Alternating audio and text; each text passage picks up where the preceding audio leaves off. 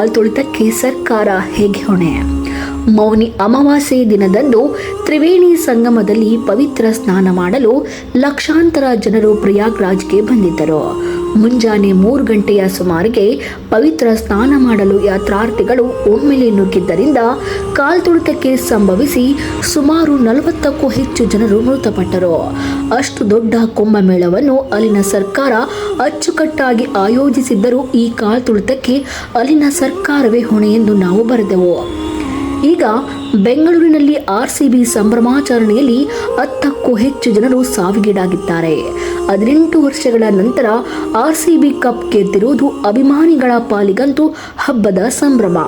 ನಿನ್ನೆ ರಾತ್ರಿಯಂತೂ ಬೆಂಗಳೂರು ಮಾತ್ರವಲ್ಲ, ಕರ್ನಾಟಕದ ಹಲವೆಡೆ ಪಟಾಕಿಗಳ ಸದ್ದು ಮುಗಿಲು ಮುಟ್ಟಿತು. ಈ IPL ಟೂರ್ನಿಯ ಇತಿಹಾಸದ ಪುಟ ತೆರೆದು ನೋಡಿ. ಆರ್ಸಿಬಿ ಅಭಿಮಾನಿಗಳಂತಹ ಹುಚ್ಚು ಅಭಿಮಾನಿಗಳು ಯಾವ ತಂಡಕ್ಕೂ ಸಿಗಲಿಲ್ಲ. 17 ಟೂರ್ನಿಯ ಸೋಲಿನ ನಂತರವೂ ಕಪ್ ನಮ್ದೇ ಎಂದು ಹೆಮ್ಮೆಯಿಂದ ಬೀಗುತ್ತಿದ್ದ ಆರ್ಸಿಬಿ ಅಭಿಮಾನಿ. ಹೀಗಿರುವಾಗ ಕಪ್ ಗೆದ್ದೇ ಬಿಟ್ಟರೆ ಆತನನ್ನು ಹಿಡಿಯಲು ನಿಯಂತ್ರಿಸಲು ಸಾಧ್ಯವೇ? ಈ ಸೂಕ್ಷ್ಮತೆ ಸರ್ಕಾರಕ್ಕೆ ಬೇಕಿತ್ತು.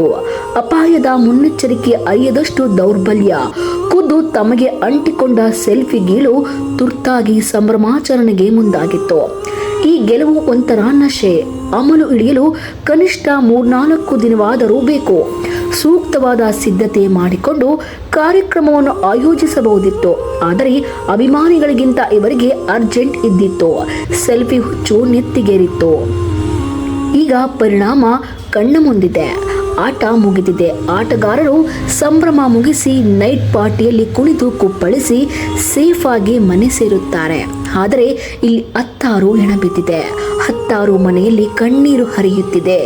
ಯಾರ ಗಂಡನೋ, ಯಾರ ಮಗಳೋ, ಯಾರ ತಂದೆಯೋ? ಮತಿಗೆಟ್ಟ ಸರ್ಕಾರವೇ ಈ ದುರಂತಕ್ಕೆ ನೇರ ಹೊಣೆ. ಈ ಕುರಿತು ಸರ್ಕಾರವನ್ನು ಟೀಕಿಸಿ ಬರೆದಿದ್ದ ಇಂದಿನ ಪೋಸ್ಟ್ ಅನ್ನು ನೋಡಿ ಕಾಂಗ್ರೆಸ್ ಮಿತ್ರ ಕಾಲ್ ಮಾಡಿ, ನೀವೇನು ಕಾಂಗ್ರೆಸ್ ಸರ್ಕಾರವನ್ನು ಟೀಕಿಸಿ ಬರೆದಿದ್ದೀರಿ ಎಂದು ಅಸಮಾಧಾನ ಕಾರಿಕೊಂಡ. ಅಯ್ಯೋ ಅಣ್ಣಪ್ಪಣ್ಣ, ನಾನು ಕಾಂಗ್ರೆಸ್ ಕಾರ್ಯಕರ್ತನಲ್ಲ, ಪತ್ರಕರ್ತ. ಸೈದ್ಧಾಂತಿಕವಾಗಿ ಕೋಮುವಾದದ ವಿರೋಧಿ. ನನ್ನ ಜಾತ್ಯತೀತ ತತ್ವ ಕಾಂಗ್ರೆಸ್ ಪರ ಅನಿಸಿದರೆ ಲಾಭ ಮಾಡಿಕೊಳ್ಳಿ, ನನ್ನ ತಕರಾರಿಲ್ಲ. ಅದು ಬಿಟ್ಟು ಈ ಸರ್ಕಾರದ ಆತುರಕ್ಕೆ ಹೆಣ ಬಿದ್ದ ಈ ಸಂದರ್ಭದಲ್ಲಿ ಕಾಂಗ್ರೆಸ್ ಸರ್ಕಾರವನ್ನು ಟೀಕಿಸಬಾರದು ಎಂದು ತಾಕೀತು ಮಾಡಿದರೆ ಪರಿಣಾಮ ಕೆಡುತ್ತೆ ಎಂದೆ. ಪೊನಿಟಾ ಫ್ಯೂಚರ್ ರಾಜಕಾರಣಿ.